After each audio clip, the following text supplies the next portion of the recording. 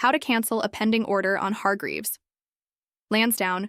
If you've placed an order on Hargreaves Lansdown but want to stop it before it goes through, you can cancel it as long as it hasn't been executed yet. This gives you flexibility if you change your mind about a trade or entered the wrong details. Here's how to do it step by step. First, log into your Hargreaves Lansdown account using the website or mobile app.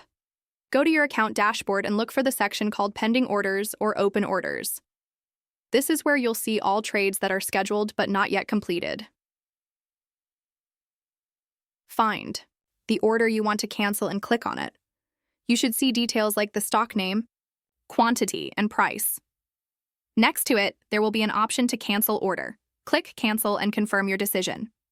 The system will then remove the pending order from your account. Once canceled, you'll no longer see it in your pending list. Keep in mind, you can only cancel if the order hasn't been executed. If the market is open and the order has already gone through, cancellation won't be possible.